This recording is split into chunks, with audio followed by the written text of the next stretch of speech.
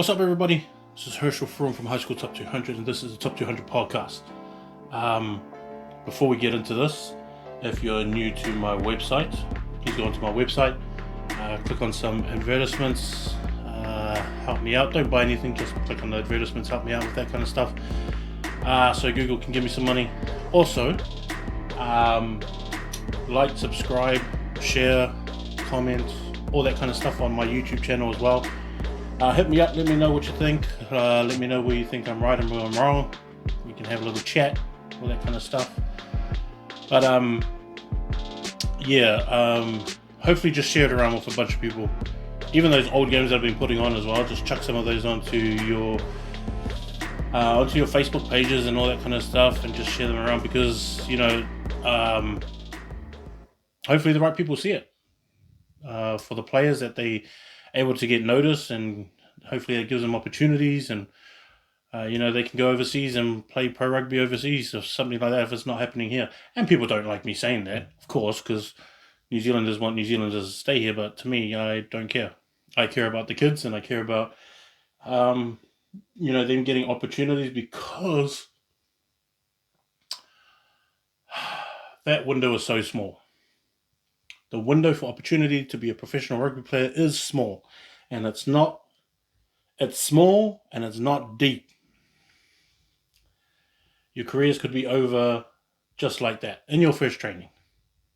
It's as simple as that, and it's such a freak thing, and it's not got nothing to do with luck, it's got nothing to do with preparation. It's just, sometimes it just happens. So for me, it's more about that kind of stuff, where I just want more kids to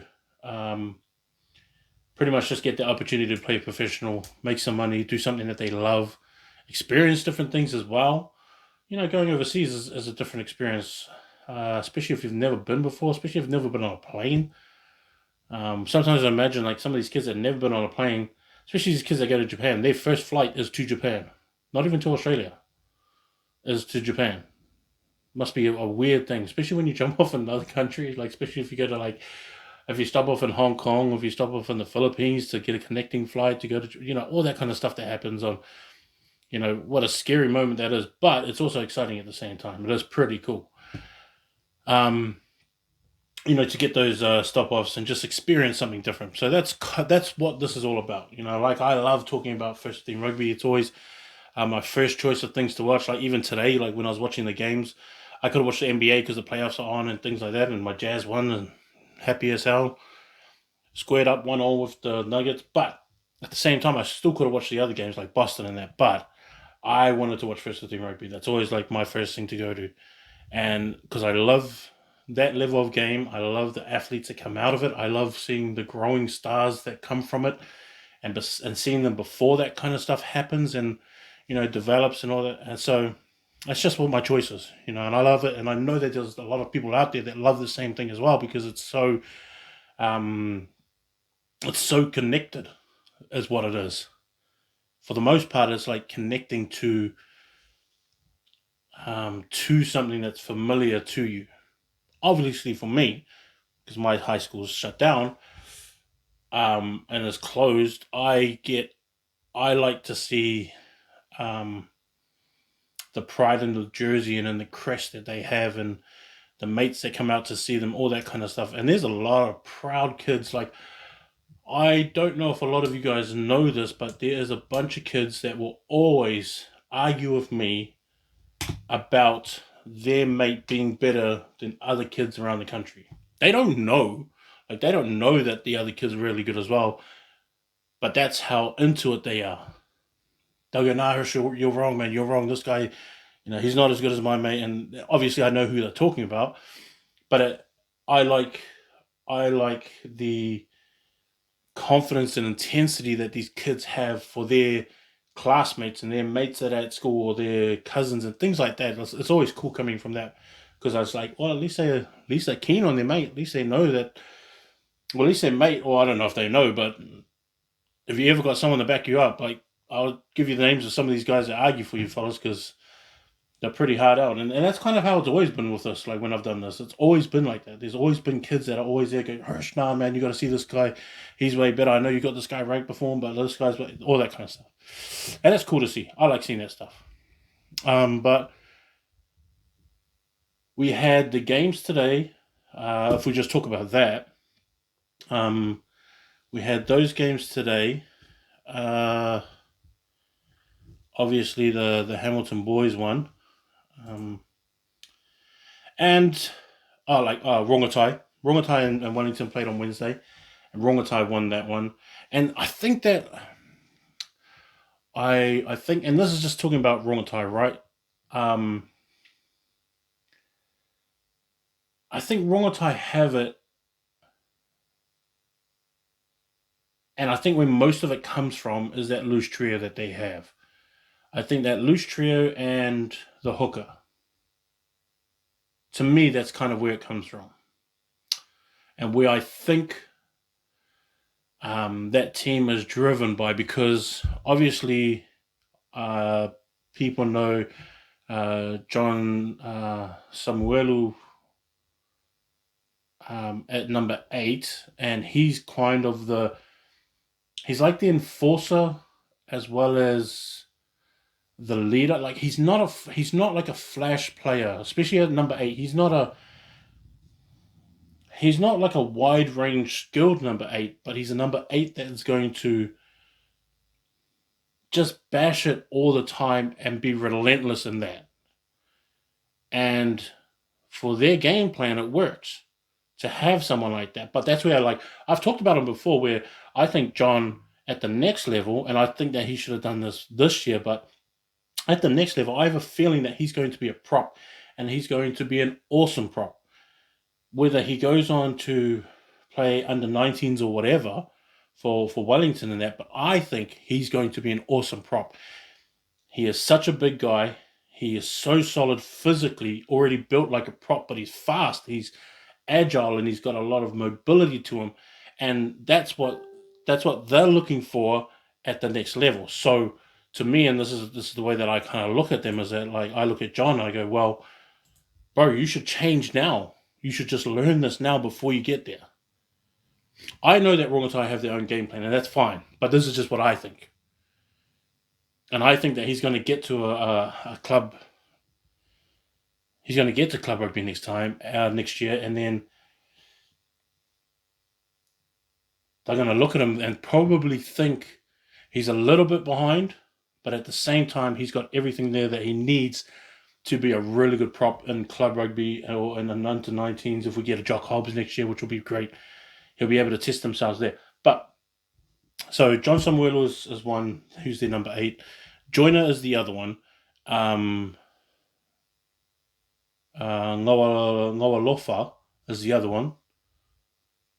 And he looks like a hooker prop to me as well. But he plays blindside, and he's kind of like John, where they're both big, massive kids, but their ability to be so athletic, I guess, allows them at this level to do it. But they won't be able to do it in rep rugby. To me, this is me just thinking they wouldn't be able to do that. But if you made them front rowers, they'll be great. They'll be awesome front rowers when it comes to rep rugby. And then the other one is James Besser is the other one, who's a year 12, and he's the open side. And those three together, and James Besser scored a few tries this year, maybe 5 tries, something like that. But he's a pretty active player. He's an active guy and does his role and then some. But he's pretty, as well as the defensive side of it, he's pretty involved when it comes to running the ball and being able to sort of like fill those gaps and be the supporting runner, all that kind of stuff. And he just gets the ball a lot. Christian Samuels is the other one that is physically dominating at the same time, and then he just takes care of it up front. Those kind of guys. So to me, those 4 guys are the ones that sort of control that whole team, and those are just the guys that are in the forward pack. And I think if you build more around them, but sort of spread them out,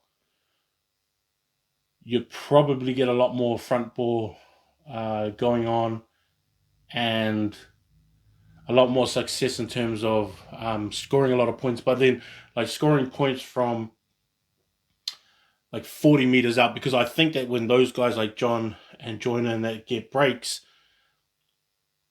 they're athletic and skillful enough to find that open guy and then give the offload, and then guys just have to be running off them.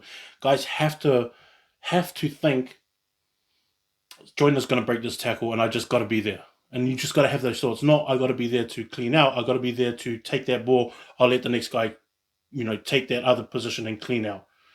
But I'll just go for the support first. And you just got to have faith that the guy behind you is thinking sort of the same thing. It's just like, well, if Joyner gets his hands free, he's there. If John gets his hand free, he's there. And then I'll just take care of it if he overruns and he decides to keep it. That kind of stuff. That's where I think that Rongotai can take it. Now, their win over Wellington is pretty good in terms of the way that the standings are going, but I don't know, 27-20, maybe that's a bit more telling on what Rongotai is as well, but Wellington just needs to lift it up. They've got enough players there. They've got enough players there that can perform for them, but oh well. The Waimea combined and the Marlborough game was... Well, it depends, I think. I think it just depends. Because, if you're Marlborough, you would have felt pretty comfortable. And this is kind of like what I was thinking too.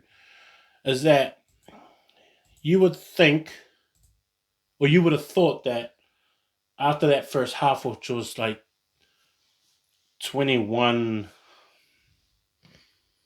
What was it? 21-7.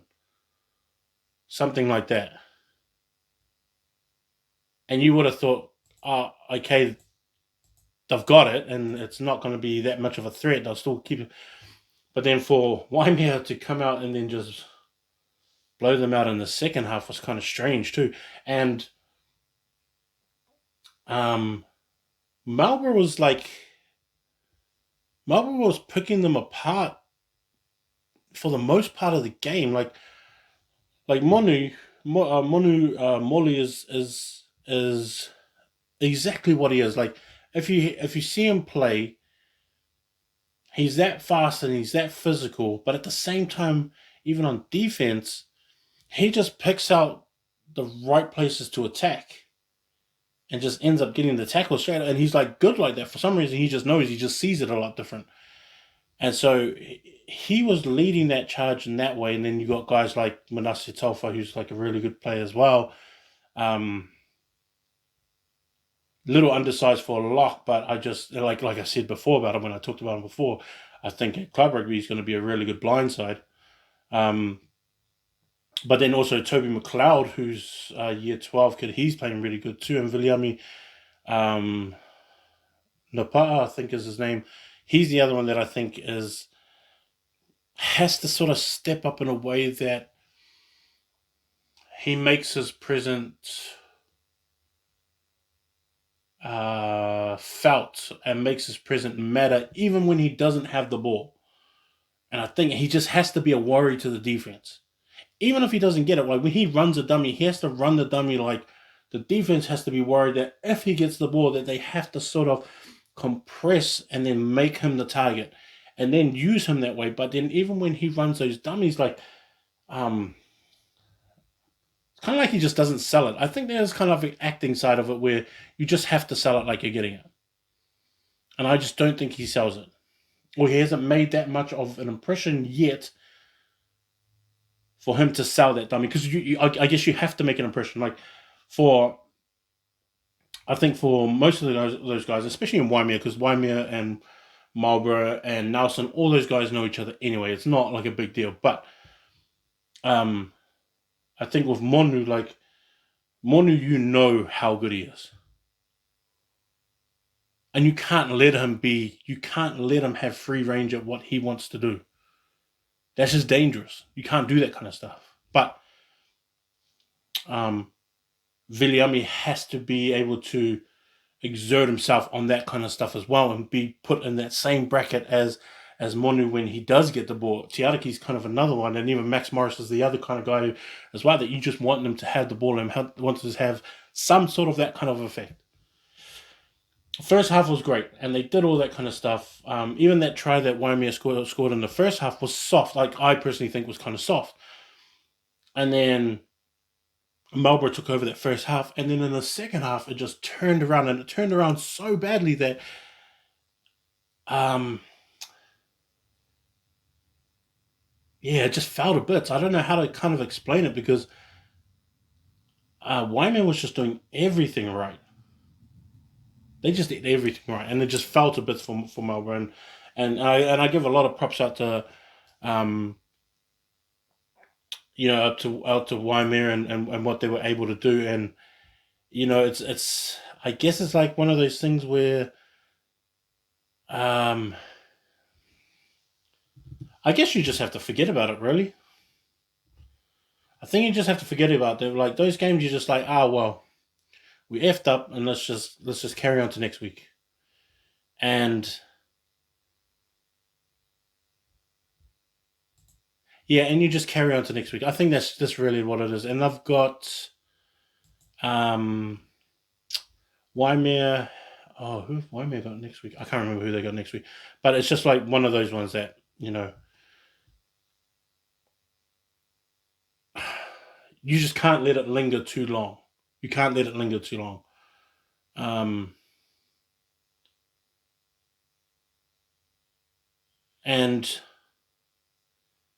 I guess for the Waimea team, because I've been to me the Waimea has kind of been a bit up and down as well. And then of course you got someone um, like Mecca there, um, who can pretty much to me, and he was playing fullback today. He's like a guy that you can just give him the ball with any kind of like real space, and he'll make something of us. And then you got guys like uh, Joshua Miles and Caleb Sproul, I think his name is, and guys like that. Even like James Morrison, like those kind of guys who are all part of this team, and they just need to be more, I guess, consistent about what they're doing on the field, because there have been some teams where I thought that they wouldn't show up, and then they just came back and just blew them out. And then there were times where I thought, oh no, they'll get a good go, and then all of a sudden they get run off the field, and it's kind of just a bit up and down. And so, um, yeah, I think their next step now is just to hopefully keep that momentum and keep it going. That the whoever they play in the next game, they just give it that massive go and just keep that momentum going, and keep wearing that black uniform. I love that black uniform that those guys wear too. I think that's me.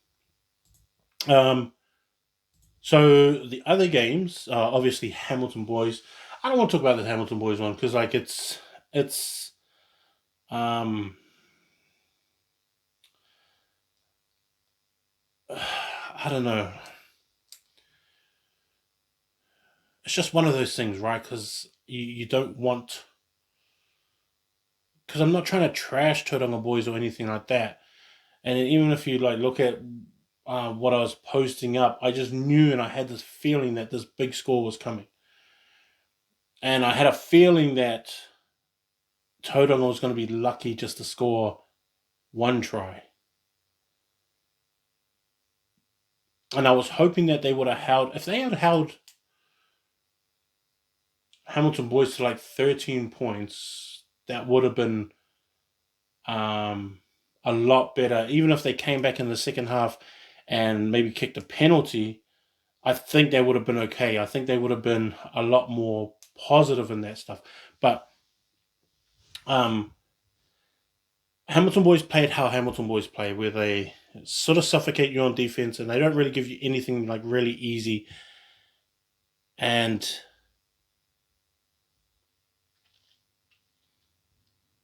they just grind it out. What I didn't like about Tauranga boys was that even the simple things they weren't really getting right. Especially when it came to scrum time, they couldn't even get the ball back. They couldn't even get the ball through fast enough to get the ball out fast enough to even like that kind of stuff. So like, it was hard to really watch in those terms because you see Viv was playing real good, and then you saw uh, obviously Curtis. I really liked Ethan in this game. Like I like Ethan a lot in this game as well. And just the way that he plays, um, kind of a quiet guy on the field, but like if you sort of just keep an eye on what he does a lot of he just does a lot of good things. And the other one that I really like is Petillo. I think that is it Petillo, the second five that came out. He should probably start, and just use him a lot, even if you start him and then have him come off just after halftime and just have him just damaging guys. Just give him all these opportunities to do it. And I think maybe they should have done that in the game. I mean, they did it once, but I mean, maybe do it 4 times, and just not make it so difficult. Not make not be too technical about how you're getting the ball to from one place to the other. Just get it there. So yeah, Hamilton boys is Hamilton boys. I don't know what else I can say about them. Number one team in the country, and if you guys watch the game, that's the kind of the reason why they're the number one team in the country. And a lot of yous that have said to me that messaged me today, or private messages, who were saying there were probably 2 more tries, maybe 3 that just weren't scored, and I kind of have to agree. It could have been a lot worse. And Taha didn't actually have a really good kicking game either. He missed some kicks that I thought he would usually get. Even when I see him practicing before games and stuff, he usually gets a lot of those. But I mean, I don't know, maybe it's a slippery day. Rain didn't help that much. But yeah, Taha didn't kick as good as he usually does. So that kind of helped. Now, when I go through these games, and I probably should explain it to people as well, is that when I go through the games, I always go through the top 25 first, and then I sort of go by competitions after that. And so that's why if you listen to it, it kind of sounds scrambled because I'll go from one competition to another, but I'm actually going from number 1 ranked team to the second to the third to the fourth to the fifth. That's how I talk about these games. So from number 2 to 3 is 2 and 3 and 4 is Auckland Grammar, St. Ken's, and Kings. This week, like this Saturday, should have been St. Kennekins and Kings. Obviously, they're not playing, so that's the games that we all miss out on, and Auckland Grammar would have had Aorere, so they would have. I think Auckland Grammar would have won that one pretty easy. But then the St. Ken's and Kings game is the game that probably we would all really want to see. And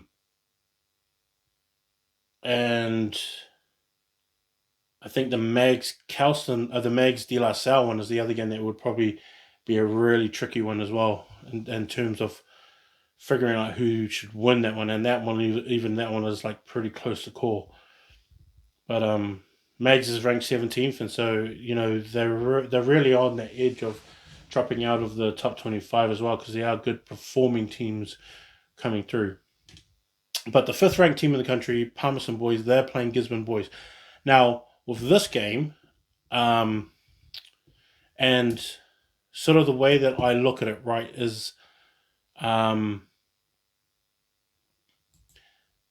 Gisborne Boys are not going to struggle up front.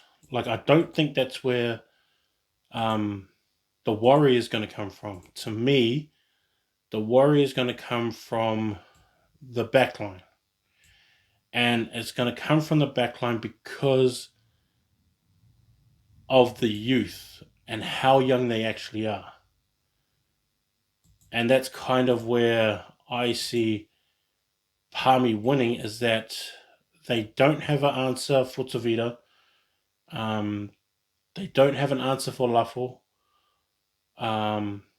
They won't have an answer for Curtis, Hairfree.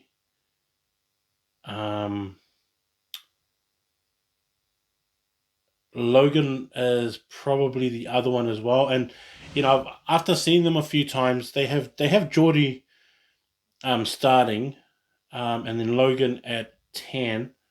Whereas me personally, and this is me personally, obviously the coaches know more, but if it was for me, I would have Logan at halfback. and then have Mariki Omua move to first five and play it out that way. But that's just me. I just felt that the attack came just a bit better and a bit cleaner when Logan was passing to Mariki, um, and then Curtis sort of coming from fullback. And I kind of like that flow and the way that those three worked together and the way that they attacked. And then it even made it better when Tavita joined in, and then he would like sort of link onto them, and then they would, to me, they would just make it down the field a lot better, a lot faster. It just looked a lot more smoother. And to me, the Gisborne boys backline just don't have answers for that. Defensively, don't have answers for it. Fetu King Tolfa is going to be on one wing, and then the other one is going to be Corbin Peach. But as good as those two are,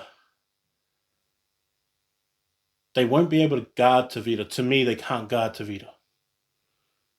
Von Huyata is going to be marking Lafo, and that is going to be a good battle. That is going to be a good battle as well, and maybe one that to look out for. And Nick Profit's got to do something at first five for Gisborne, and they're gonna. I don't think they're gonna win it on talent. They're gonna have to win it on strategy and outthinking these guys, because I just don't think that they have it man for man when it comes to the backlines. The forwards, however, to me, are going to be a bit different, because I think even though you got Nessa and you got Raymond and you got Folletti, Nathaniel, who's a young year 12, has started pretty much every single game. Matariki Ka, who's pretty much started most of the games this year at hooker, who's year 12 and a young year 12, I think, as well. And then Sione Mafuleo is the other one that's the starting prop. They can manage it. They can manage it. I don't think they're better, but they can manage it. Nathaniel plays well above his age group and his age grade, because he's actually a year 11, but he's a young year 12, and so I think he's all right. Sione's going to have to take most of the brunt for that. But then you've got Dylan Brundlin as one lock. Nick Patumaka is the other one, who's usually at blindside, but then they got that Sam Twigley who's come in. Amos, who I really, really, really, really like, Amos Ruddock, who's a young year 13 as well, and if he comes back, is going to be a flipping star if he comes back. Khan Wistrup is going to be the other one. So obviously Elijah's going to be a problem, but him and Khan, Kian is going to be, hopefully cancel it out. Elijah right now is playing. Is he the best number 8 in the country? I think right now he's playing like it. Him and George are playing like it. Yeah, him and George will probably be the best number 8s in the country. George Miffin from St. Bede's. Those guys will be pretty close. And of course, you got Terama Ruben as well from St. Kitts. He'll be the other one, but yeah, apart from Terama, Elijah and probably George Miffin will probably be the ones that are probably like the best number 8s in the country right now. And so, yeah, it's going to be. I mean, Jared Salwood at open side is really good for Palmy boys as well, and they'll probably cancel him out. I think the big one that for Palmy boys is that Tom Hansen is back, and he can go back to blindside, and then Sam Simpson will be in there. Joe Simpson-Smith will be the other lock as well, which pushes Hunter Morrison, who's a young year 12, a young year 13 as well, who can also come back. I don't think he will, but I think he can also come back as well. And yeah, that is just such a strong forward pack, even on the bench. That Palmy side, and so Gisborne's gonna struggle, but I don't think it's gonna be in the forward pack. I think it's more gonna be in the back line, and so. But I'm picking Palmy to win this one. It just, to me, it depends how much. Um, in terms of a close game, it will be within 10 points. Will be the close game, and if it's a blowout, it's going to be past. It'll be past like 25 points if it's going to be a blowout. Yeah, it'll be around something like that. Um, because Palmy's good enough. They stood up to Hamilton boys. Only lost by 7. Lost the next week um, to New Plymouth boys. But I think they have. I think they have what it takes. Hopefully, it's not a big blowout, but I'm picking Palmy for this game.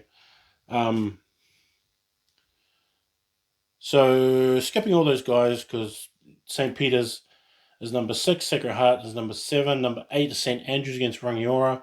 St. Andrews, I don't know how the hell they almost lost, but they almost lost. And if they play like that against Rangiora, they're going to lose. And hopefully they don't do this like they did last year and then drop a whole bunch of games coming towards the end of the season. And if they happen and it starts now, it's going to be a pretty crappy 2 years for St. Andrews, who should have been in the finals or at least the semis last year with the team and the winning streak that they had. And if they continue that, and this is where the boys from last year, like Joel and them, or even Jamie's he's the captain, so they just need to have a talk to everybody else and go, hey, we don't want to feel this crappy like we did last year, and how we just let everything go, because that's how it was. They let everything go from like a 8-9 win streak, and then dropped 5 games at the end, something like that, and they went from being a number 1 team in the UC Championship, even out of the top 8, I think it was. That's how far they fell, and they just don't want to do that again. So Jamie, Joel, Issy, all those guys have to talk to everybody else and say, hey, we can't do this again. And I hope they don't do this again. Like I want them to win, because I don't want them to have that happen 2 years in a row. It shouldn't happen to a team like that. But yeah, I'll pick them to win against Rangiora, which Rangiora had a really good win this last weekend against Christ College. So they're coming off a good vibe. And maybe those things clash, man. Like maybe that just doesn't work sometimes. Where Rangiora just come off this high and take it into this coming game, and St. Andrews coming off this low win, by the way, a low win. They kind of felt good after that one. Like, imagine if they lost. Terrible. And this is not a dig at Mid Canterbury, because I don't think Mid Canterbury went into this game thinking, yeah, we're going to win it this way. They would have known that at halftime, oh crap, we can win this. And that'd be realistic. Do you know what I mean? 1 win on the season. Their second one could have been against the top team and the top team in the UC Championship, but also top 10 in the country. Holy crap, that would have been terrible for me in terms of just rankings. It's like, how the hell do I measure this out? Because you have like a blemish like that, but your blemish doesn't come from like a team that's a top 50 team, which like they usually happen. Like, that's not unheard of to do that. Like, I think, what was it for me?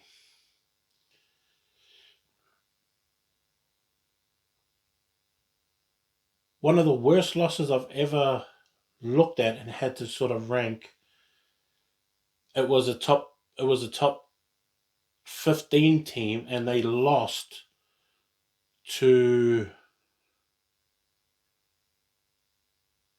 a team that was in the top 75.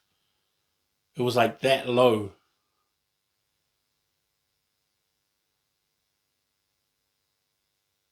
I can't remember what teams, but I remember looking and I was thinking, man, and lucky this was only like in my first or second year or something like. Because the St. Kitts against Otahu was another one where, and I think that was in my first year of doing it and thinking, well, holy crap, how do I figure this one out?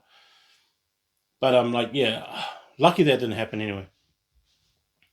But that just means that no team, regardless of how many players that you have on your team, and even I understand resting players, but it's still at the same time you have to get wins. You have to get the win first before you start resting the players, and you have to have some kind of, I don't know, game plan to inject the younger kids so that they have a chance at playing at this level against a team that, because I mean, I understand that Mid Canterbury is not the highest ranked and they almost fell out of the top eight, the top 100 teams in the country. But also, that doesn't mean that your bench players can come on and waste them either. Like your bench players are probably still new, still scared. You might have tried maybe some year 11s from the second 15 or under 15s, or brought some players and just like, I don't know, we'll just see how it works. And I don't know that if that happened or not, but I'm saying that you still got to be careful. You still got to give respect that this is the first 15 that you're going to be playing, and you got to have some kind of backup plan to say, well, when we get ahead by this much, then maybe we should chuck them in early. Like score 3 or 4 tries or something like that against a team like that and go, well, it's 10 minutes to halftime. Let's take them off already and just put them on. I mean, that's not smart rugby, but at least that you've got a big head. You've got a good lead on them. I don't know, something like that. But it just doesn't seem real. It didn't seem like a good idea. Kind of how I'm putting it.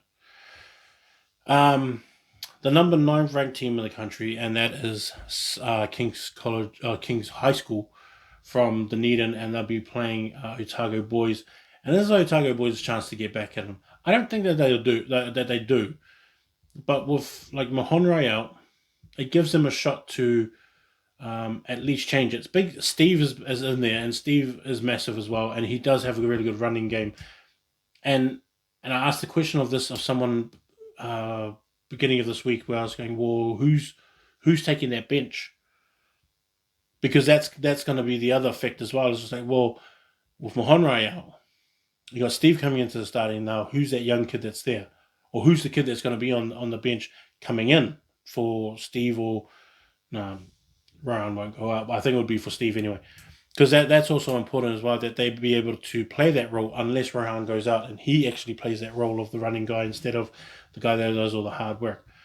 I think that Otago is going to that King's High School is going to win.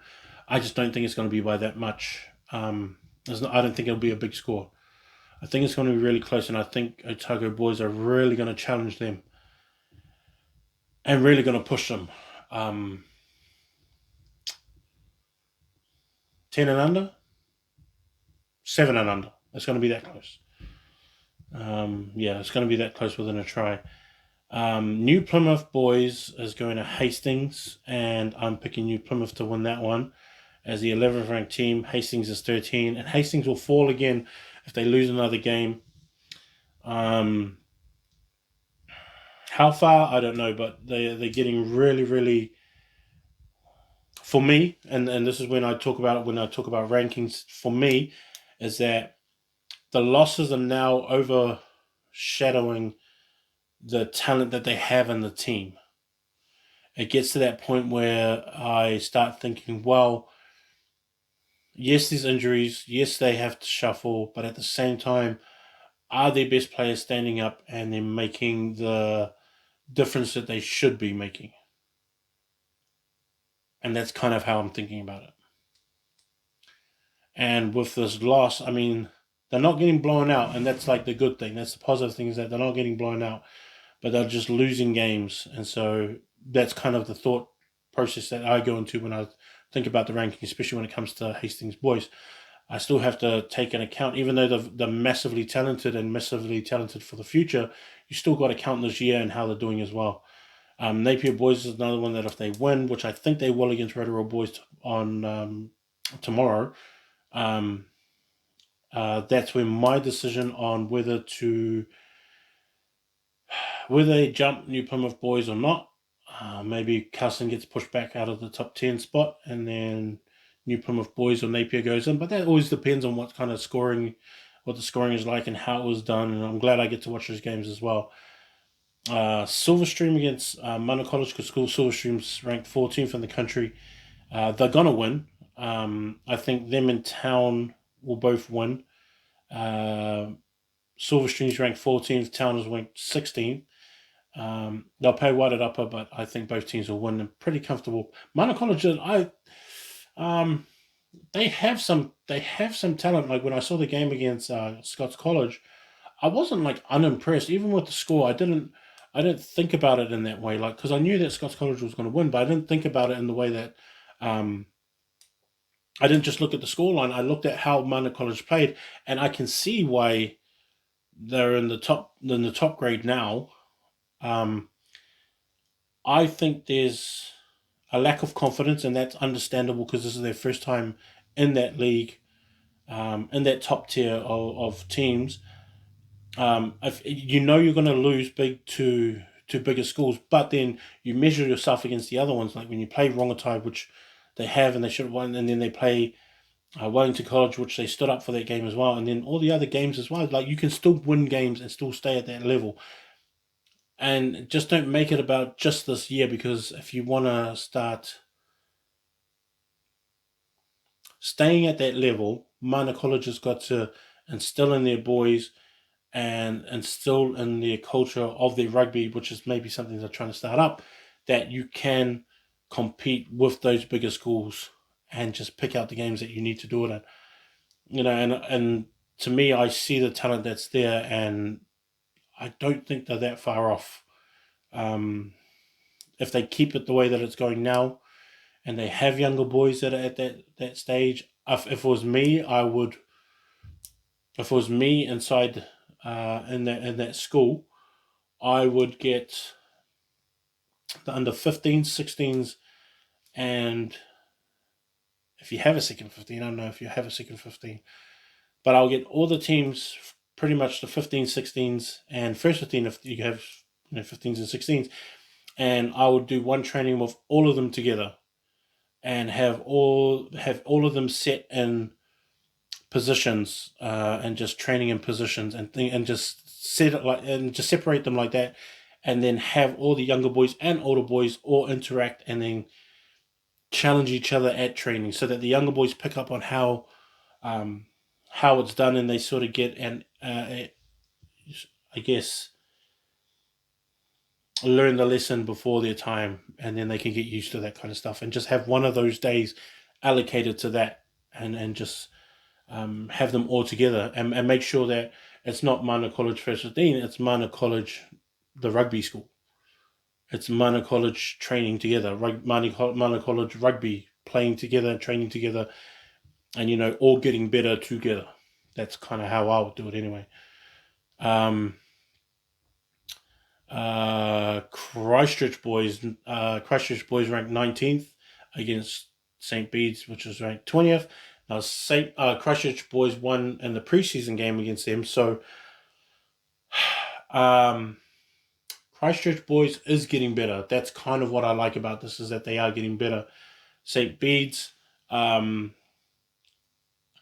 don't know, up and down a little bit, I guess. I think I was just more annoyed at their loss that they did, where I guess they tried too much and switched it around too much. But I didn't like it, but that's, I'm not the coach. I'm not even an advisor or anything like that, but I just thought that they maybe tried too much, swapping around in one game, that they couldn't get it back. But this is going to be a close one. I think Christchurch boys is playing really good rugby right now. Jamie is on another level. Even Fabian is playing really good. I think that um, I think that because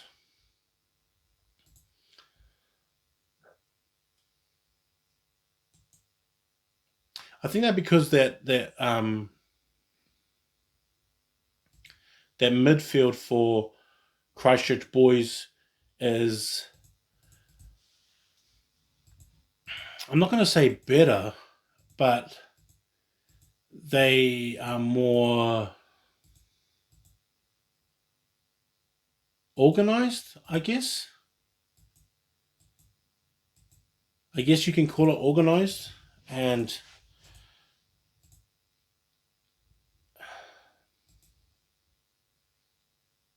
yeah, I think that's what it is. I think it's just more organized. And they're just getting it. I think they're just getting it done right, and they're just getting it done differently. And Christchurch seems to be the one that are in the right position to win. Um, St. Bede's was lucky to get away from St. Thomas, and even that was in some ways controversial in the way that, um, I guess controversial. I mean, to me personally, I thought the ref went on a little bit too long. But then I'm watching the clock on the game, you know. But the ref's got his own clock. It's not linked up, and so maybe to him it just looked like it to me because I'm looking at that. So, what do I know? I'm just having a gaze at what the camera one says, and so maybe his one was different. But um, yeah, penalty in front, and then they kicked it over for them to win the game. But the game was pretty even as well. I think it just kind of looked strange at the way that at the way that the game ended.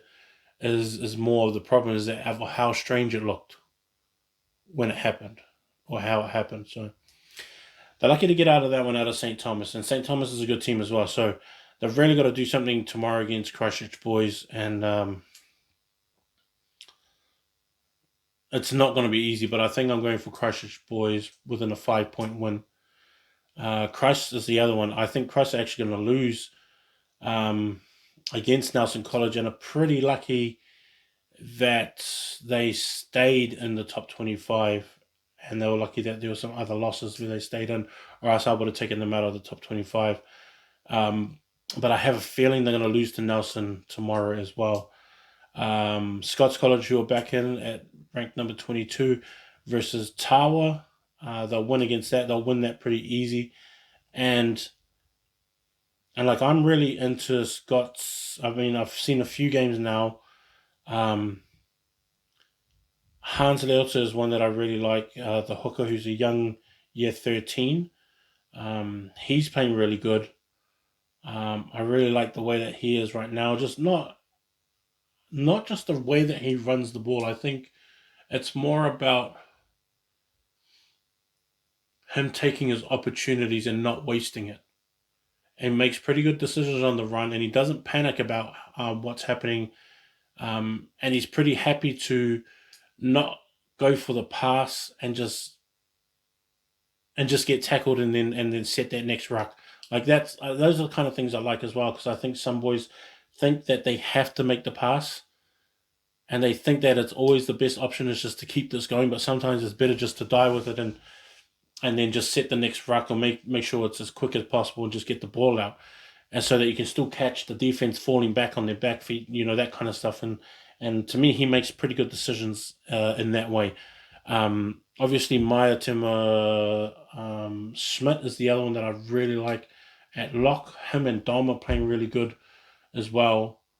Um, and Dom is a young year 13, and he's switched over from lock to blindside, back and forth. Maybe they're just trying something, but he's playing really good, because McCracken is the other guy that was there too, that was at lock, who I really like. Eric Lawson is playing really good, and I really like the way he's going right now.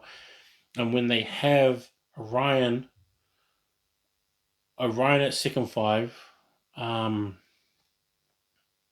kind of does make a difference. It really does. And then you have the Tanuku kid at first five. And the reason why he's so good at the Tanuku kid is good is because he just lets it. He just lets the ball go. He doesn't just keep it up.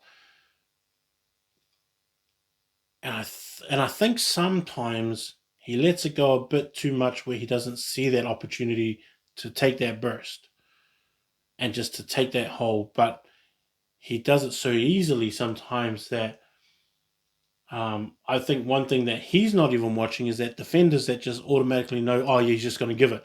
That's the time when you look at it and you can just fake a dummy and just take off. And I'm waiting for the Tanuki kid to take off and then see what happens then, because I still think because I think Ryan can get it, and I think that also if you have someone like Sione, who's Halahilo, who's on the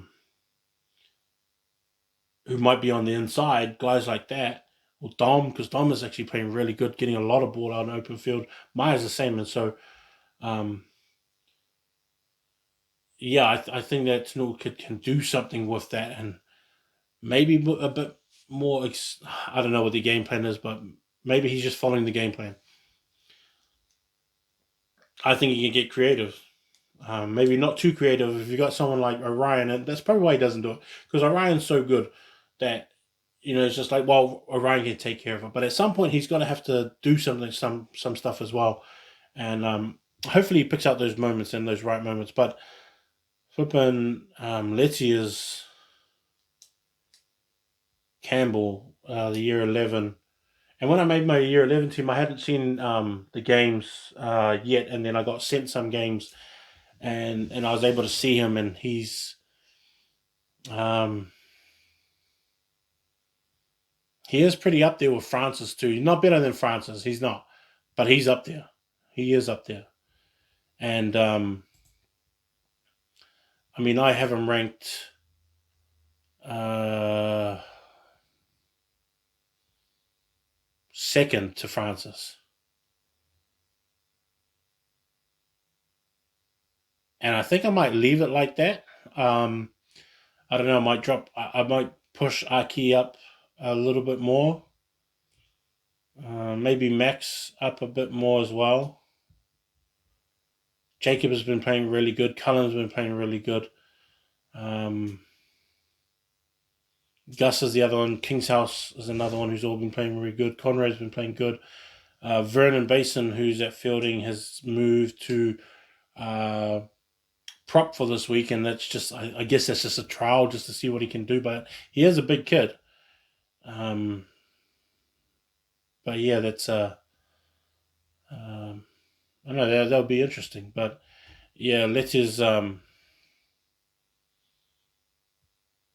Campbell's, he's on another level as well. Not Francis level, not yet, but I mean, they could easily do that next year. It's going to be interesting next year, right? Because even the year 12s on its own are really, really strong just on its own. But if Francis is playing at that level for New Zealand secondary schools and we all go back to normal to what we are, New Zealand secondary schools is really going to have to think about Francis doing it and what his future is going to be. Now, when I talk about that kind of stuff, that's up to the parents and Francis.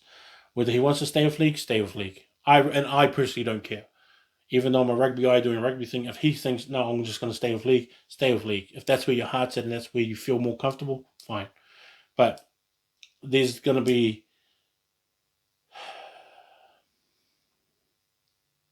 New Zealand secondary schools are going to ask for him. And they're really going to ask for him. Because he's that good. He's that good even now. He's that good now. He's killing guys now. And you could just see how good he was as well in that Auckland Grammar game. And people giving him crap about like his celebrating. It's like, man, whatever, man. Yeah, he got an intercept try and ran for a try. What else? Is he just supposed to close his eyes and just run to the line and no celebration? Of course you're going to be that happy. To open a game like that? Jeepers. If you're the guy that's like dull inside and don't want to celebrate, it's like, then you're boring, bro. People giving this kid a hard time about him celebrating, even though they lost the game. It's like, of course. What, do you want no one to celebrate? And let's say Fionn scored that try at the end, right? Then they took the lead. What if the way that he celebrated so hard What if Kings came down and then kicked the goal? What are you going to go back to Fionn and go, well, you shouldn't have celebrated like that? Shame on you. Well, I was like, no, because he's happy. Of course you're going to celebrate it because you want it so much. You're going to celebrate. To open a game like that with an interception, whew, in front of a big crowd like that on TV, yeah, you're going to celebrate. Man, if you're saying that, I would never do that, it's like, shut up. Shut up with that stuff. Of course you would. Or you wouldn't because you're not that talented to be on the field like Francis is. That's kind of how I see it. Whatever. That's what I reckon. Whatever. Don't talk about this kid and this celebration and all that kind of stuff. Like, yeah, let him be happy. Scots College over Tawa. Scots College ranked 22nd. 23rd is Shirley Boys over Mid Canterbury. Mid Canterbury, if you want to win a game, win this game. If you can play the same way against you did against St Andrews, play this game against Shirley. I don't think they're going to win. I think Shirley's going to win, but that's how it is. Westlake is ranked 24th. They're not playing. Francis Douglas and St John's College. St John's College is who I'll be going for, not because I'm like a home team, but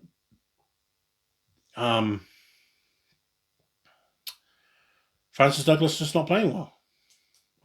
Logan Mitchell is along with the Solfeni brothers and Josh Keach are probably the guys that you turn to most of the time, and they just got to have more than that. I really like Logan Mitchell. I do like him a lot, and I think he's a young year 13 too. And I don't know if he hit the gym and came back, I definitely is going to be one of those guys that are going to be so hard to contain. But for St. John's, of course, Mike O'Brien's going to be the other one. Giovanni Lolesi is probably going to be another one that I'll probably look out for. Obviously, Isaac Seuli, Adrian Collins, Farafara is the other one that I really like. Year 11 at number 10, which is pretty cool. Braden Oakes. Finally, Charles Salesi is back. Daniel Ticklepenny at fullback as well. They got a lot of young guys in there. Surprised to see Kolovia on the bench. Ami Finau is on the bench as well. Ami is another good player. Winger fullback if you want, but he's a good player too. Kolo's the other one. I'm not too sure why he's on the bench because he's a massive impact, and I think because I saw the Wesley game and then I was at the St. Peter's game. Maybe it was just a couple of outings where it just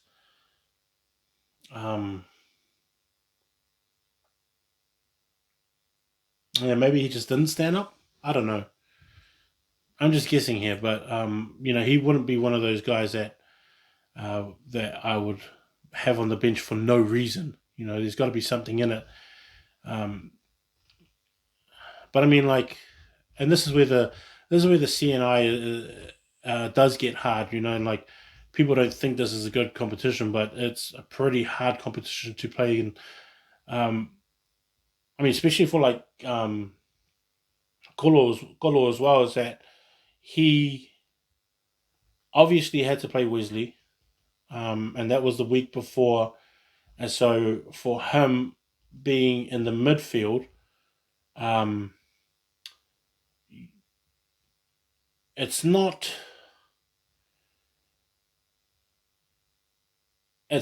easy when you're put up against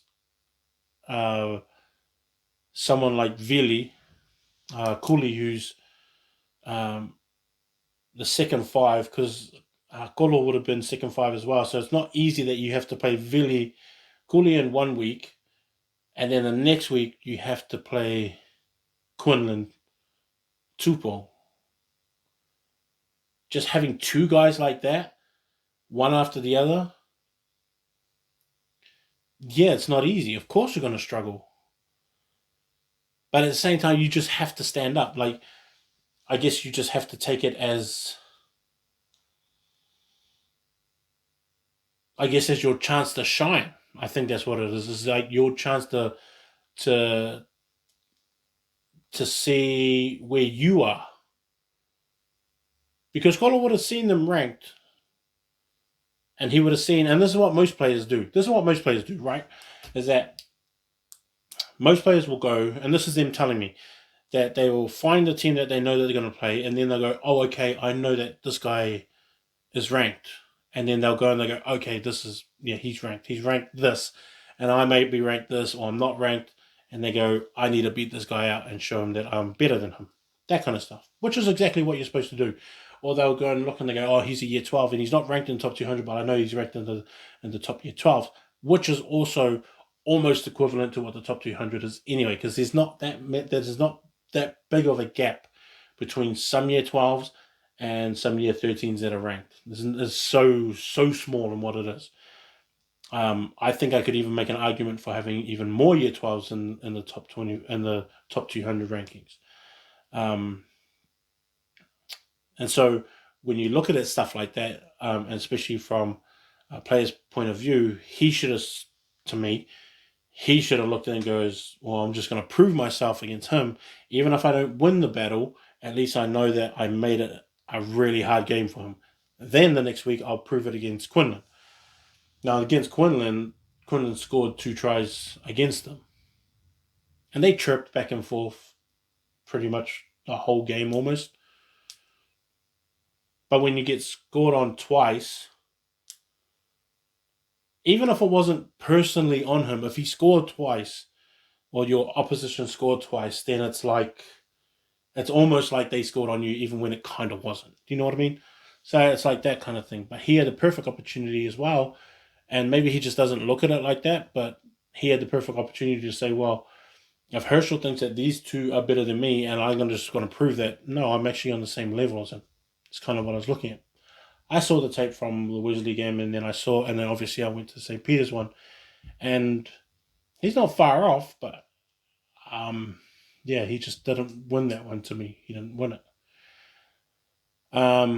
Fielding against Rathkill. Oh, sorry, that Fielding one, yeah. Fielding's going to win that one. They've got some... I guess they're trying out some stuff. Yeah. They got some boys on the bench like Jonty and Wipe and things like that. So they're just trying some stuff. St. Paul's and St. Peter's is going to be the other one that's going to be a bigger one.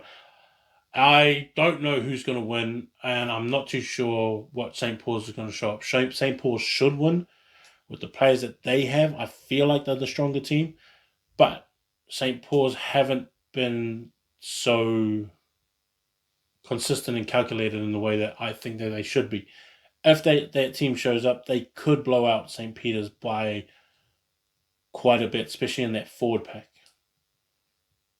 Especially if Malachi's back, which I'm not too sure if he is. But if Malachi's back at number 8, then yeah. Because having Lincoln, Naya, and Malachi as the 6, 7, and 8 is going to be massive for them. Especially with Havila at the front, and then even if Quentin Cook is back too, that'll be like another one. Yeah. Ben Strang is always going to be Ben Strang, and he's going to be good. And then Anadu as well is always going to be. But they just have to figure that out. Who's showing up. Jaden is going to be at the back, at fullback, most likely. And so just depends which team's going to show up. But yeah, that should be interesting. I don't know. I don't know about that one. St. Bernard should play, and this is in Wellington, because the North Harbour's not playing. So Wellington, if we go there, St. Bernard's I think will beat Aotea. I'm picking Hibs to beat Paraparaumu.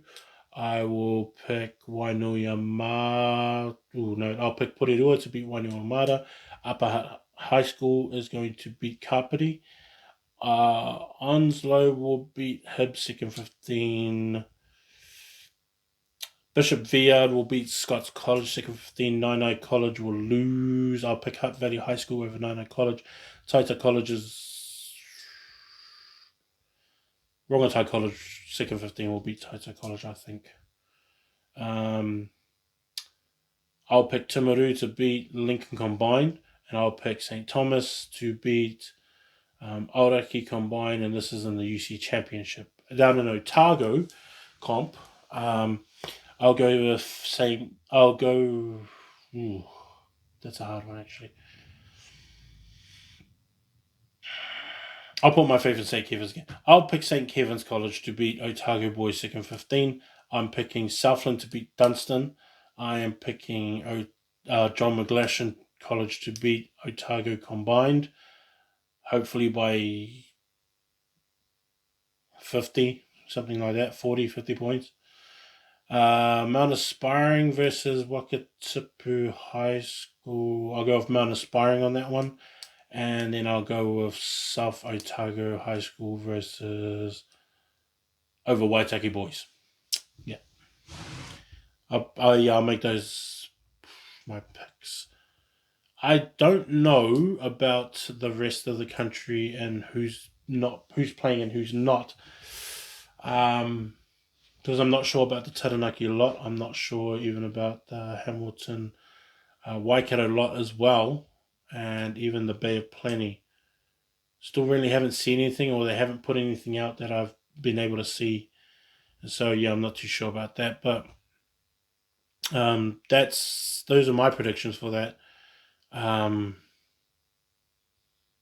yeah, I'm looking forward to a big week. Hopefully, we get back to this, back to normalcy and back into the competition soon, and that Auntie Jacinda opens it out if we're being good. And honestly, it took so much for me not to go to that game. The Hamilton and Tauranga game, I really wanted to go. Even on Saturday, I really want to go to that game. But I want to be really respectful to the schools that are asking spectators and stuff like that not to come. So I don't want to be a dick and just show up and try and big boy my way out of this and go, whatever. All that kind of stuff. I just want to be respectful. And I want to do my part as well, because getting out of this thing is a country effort all out of one, not sort of just one half doing one thing and one other half doing that. It just doesn't work. We've done it before, we'll do it again. Let's just do it together as a country, because we've done it, and yeah, we're the best in the world at doing that kind of stuff. Just obey the rules. How about everybody else? But that's it. This High School Top 200. Peace.